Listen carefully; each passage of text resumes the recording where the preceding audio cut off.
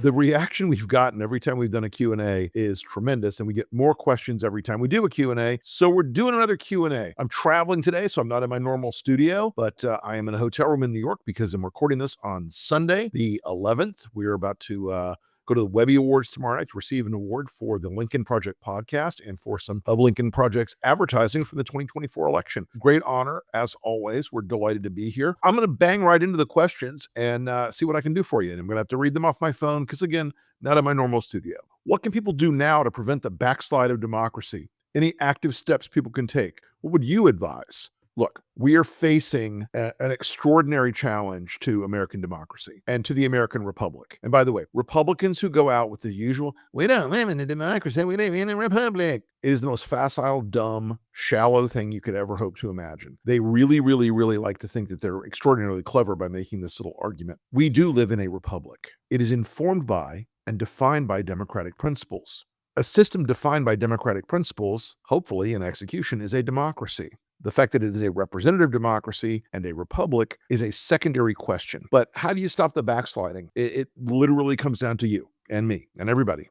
You have to vote. You have to be an involved and engaged citizen. You have to go to town hall meetings. You have to go to your congressman's office when you can't get an answer over email or a letter.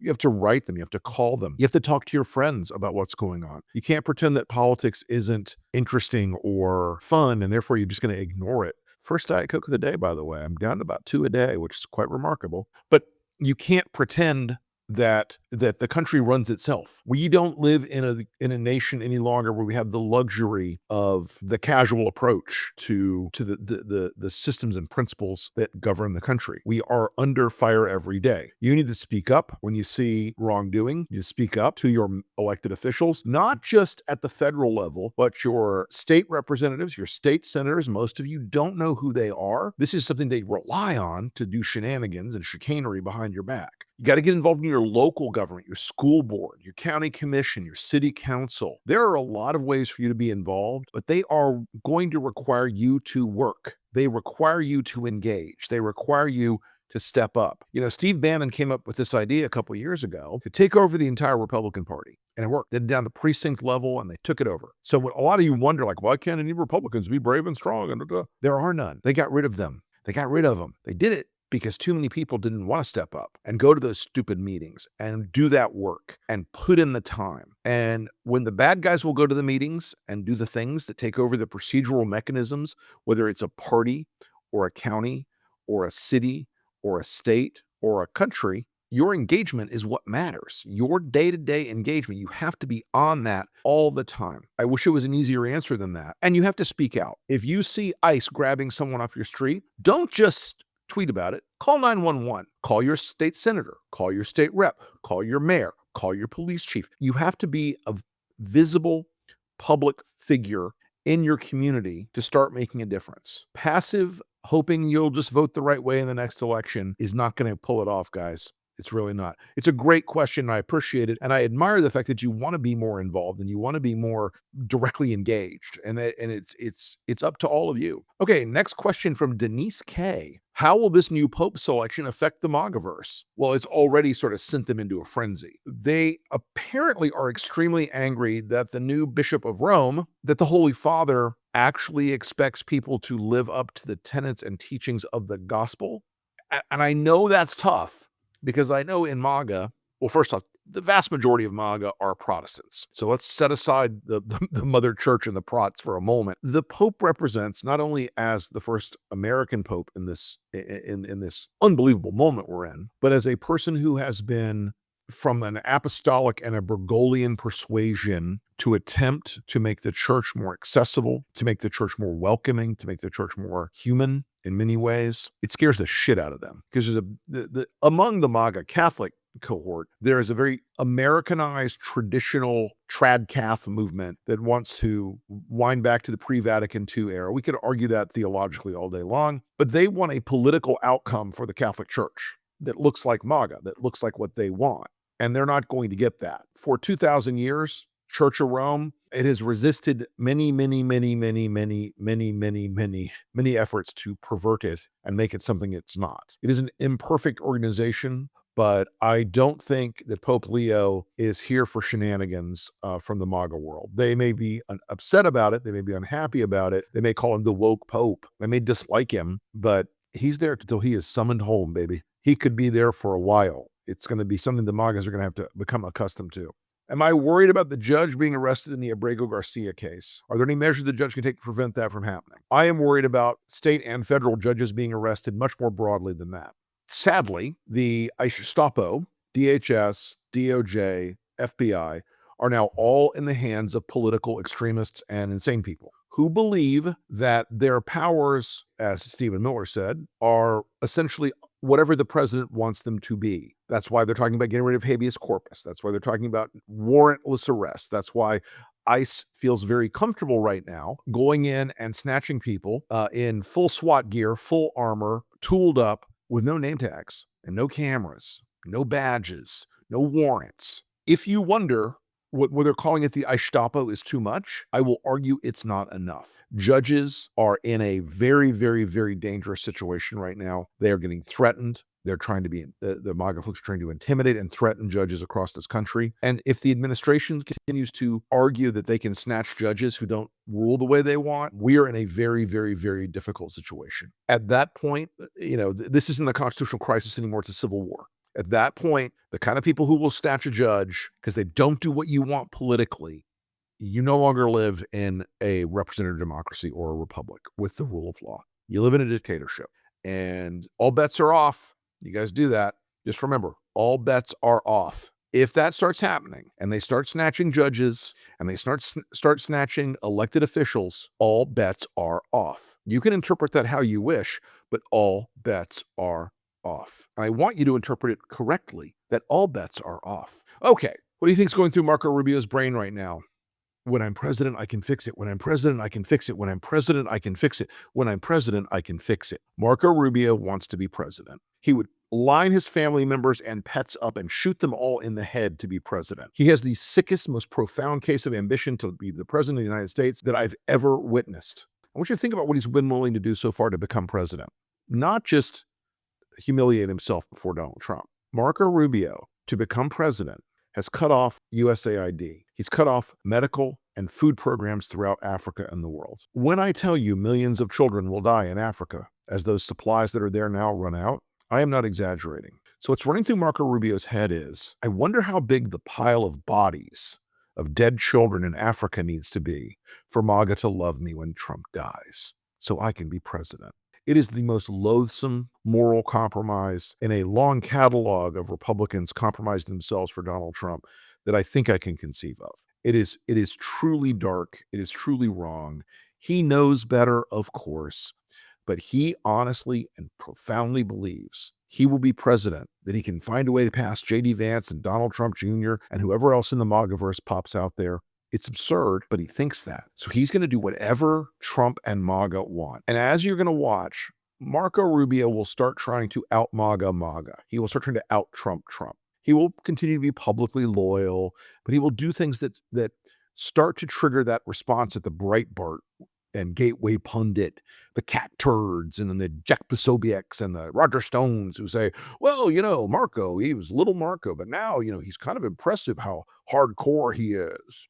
Ron DeSantis got a lot of that same kind of love until he went up against Trump. I don't think he cares about anything else in this world but being president, because if he had any single shred in his heart or soul, any tiny fraction of goodness, he would not have cut off AIDS treatment in Africa, malaria treatment in Africa, Ebola treatment in Africa, food aid in Africa, medical aid for children in Africa, educational programs for children in Africa. Wouldn't have done it. But he knows that MAGA hates it, and that he needs MAGA to love him to become president. Without exaggeration, one of the saddest things I think I've ever witnessed in politics. And I know I'm going to get a call from one of Marco's guys. So, oh, how dare you say that about a guy you once supported? I did support him. I wanted him to be president instead of Donald Trump. I had a bunch of guys in California, big money guys, wanted to run a super PAC against, in 2016 to help Marco get elected. These were guys with many zeros after their names. Would have been proud to make that happen, but Marco collapsed and gave in to Trump. He didn't give in immediately, which makes it worse, because he knows better. What in general have you heard about Trump's new Supreme new supreme surgeon. I'm the supreme surgeon. Surgeon General pick. Some kind of weird influencer, some kind of like MAGA online cod liver oil influencer, not a medical doctor. This doesn't surprise me because RFK will kill us all. I don't know enough to really be as articulate as I should on her bio, but she's not a doctor. She's not a doctor. She's from medical school, did not do a residency, did not finish a residency, did not practice medicine as a doctor. Call me crazy, but I'd like a surgeon general to be a doctor. Seems like a low bar, right? The trade deal with the UK. Give us your thoughts on it. This is from Kevin R. What does this mean for Trump, the American people trade war? It means nothing. The UK trade deal was a nothing burger. It was a hollow shell. It was a vacuum. It's a bubble of nothingness. We started at 10%. We ended at 10%. They made a couple of carve-outs in the 10% tariffs for Meta and Google, so they can make a lot more money in those countries. I guess Zuckerberg kissing his ass paid off. They had a carve out for Rolls-Royce, Jaguar, Land Rover, a few other things. So luckily, when you're a billionaire here, you get your major tax cuts. You can buy more British sports cars. It's a nothing burger. They're all nothing burgers, okay? He's going to collapse on all of them. While we're recording this, there are ongoing meetings in Switzerland, which Trump claims they're the best ever. We've got many things resolved, tariffs. It's all bullshit. They sent the junior deputy trade minister over to jack Scott Besson around. China's not doing shit about shit. They're in the catbird seat right now. Trump and the Fox News universe call the state of the economy Biden's fault. Are people buying this? Why and why not and who? Well, yes. Morons are buying it who watch Fox News. The worst possible scenario for Trump and MAGA was that they would control all three parts of government, and they do. They have no one to blame. Joe Biden had 4%, a little less than 4% unemployment when he left office. The stock market was banging. The economy, except for the troublesome little inflation spots here and there with eggs, was in robust good shape. And now it is spiraling. Donald Trump made these choices, not Joe Biden. Donald Trump made these decisions, not Joe Biden. Joe Biden has almost nothing to do with this economy right now, other than if Donald Trump had realized that all he had to do was shut the fuck up and sit down and play golf, go to Mar-a-Lago on the weekends, and not fuck up the economy, it would have been fine. He would be in a very powerful political position right now if he had, but he couldn't resist the lure of the trade deal. Who are the figures around Trump influencing him right now, and how do they differ from the last administration? This is a phenomenally good question. I love this question. First off, let's divide it into two camps. The tiny little camp called the normies is Susie Wiles. Scott Besant to a smaller degree. He's not a complete wackadoodle. A handful of other people around Susie. Think of them as like enough people to put in a rowboat. Over here, you have 2 or 3 tiers of different MAGA influencers. Internally, Stephen Miller is primus inter pares. He's the most powerful internal controlling figure around Trump. Whatever whamma-jamma vampire mind control thing that he does on Trump, it works. If you look through the Signalgate transcript and you talk to people around the White House process, all of them, including J.D. Vance, are terrified of Stephen Miller. Now, yes, it is partly because Stephen sleeps in a coffin every night with the soil of his native land and can transform himself into a bat, but they're terrified of the guy. He is the black hole, the cancerous lump metastasizing throughout America in the middle of Trumpism that says the Constitution means what the president says it means. We can arrest whoever we want. Habeas corpus isn't real. The Constitution doesn't apply to anybody that we don't like. Miller is a very, very powerful influence, very profoundly powerful influence. There are plenty of other people around Trump in the White House and in his extended universe who still come in, they go out, they come in, they go out. Carolyn Leavitt is not very powerful. He likes that she goes out and does the monkey dance every day, but she doesn't really influence Trump's behavior. For a woman who influences Trump's behavior in the White House, Natalie Harp, who you don't hear about, if reporters were doing their fucking jobs, you would hear about Natalie Harp every day. Every day you would hear that if reporters were doing their jobs, but they don't want to lose access. And they know if they ask the question, they're going to lose access. Peter Navarro and Howard Lutnick have a lot of influence over Trump, and they are the core of the trade and economic insanity. I mean, bigly, as they say. There are a few members of Congress he will tolerate, listen to, take advice or counsel from. Mike Johnson is not one of them.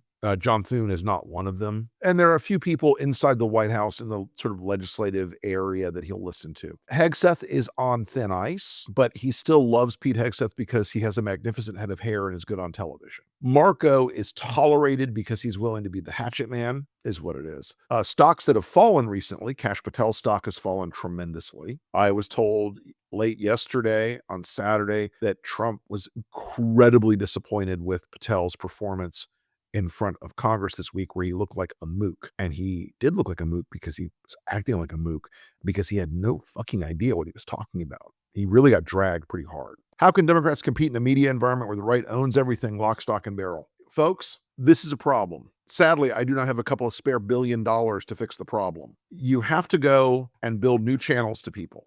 Look, at the Lincoln Project, people who don't understand what we do, on the left and the right, are very quick to criticize. Oh, you're not buying broadcast television ads, and therefore, fuck off. We target in a very granular way. And a lot of the things that are now emerging, stuff that I'm doing myself on Substack and YouTube, stuff the Bulwark folks are doing, the Midas folks are doing, we're all building out a new media infrastructure. And it's not just preaching to the choir. That's the weakness of Fox. That's the weakness of Sinclair. That's the weakness of the talk radio empires that are all right-wing. They only speak to their base. That's it. Fox in particular is always having to do what I call chasing the rabbit. The MAGA base gets pissed off about something, and Fox has to chase that issue. They don't have a choice. They set some of the agenda, but not most of the agenda. So look, we have to be, all of us, you have to raise your voices. You have to patronize alternative media. You have to read it, share it, build your own. If you've got an area you're interested in, that you're good at talking about, go to a Substack, go to a YouTube channel, go get on whatever platform you're happier on and talk about what you know. The idea of that we're going to somehow rebuild an elite media structure that is anti-Trump.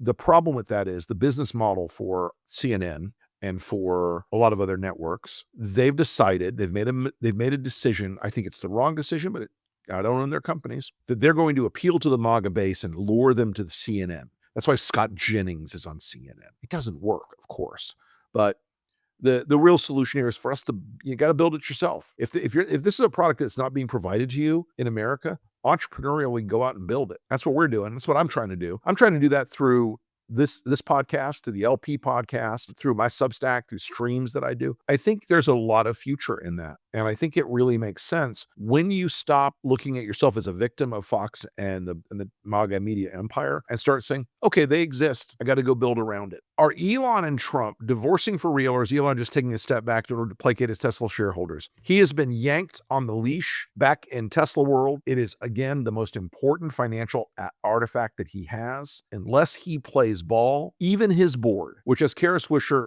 will tell you, and if you listen to read any of the stuff she talks about his board, they are absolutely like zombies for him. But he got checked. He got told, cut the shit out. You're coming home. You got to do the work. We're not going to pay you billions of dollars a year anymore. And he heard it. Now, Doge still exists. He still has a role in it, but he is, from a PR perspective, back down. But remember, the things that have happened, the theft of all of your personal data, the theft of your tax returns, the theft of your health records, the theft of your social security records, the theft of everything the government knows about you in the hands of Elon Musk. And he has taken it and he has stolen it, and they are using it to train some fucking AI out there. I promise you that's what they're doing. That is still going on. The Doge idea still exists inside our government. That is still happening right this minute. So Elon is not out of the picture yet. This is a strategic withdrawal, not a retreat.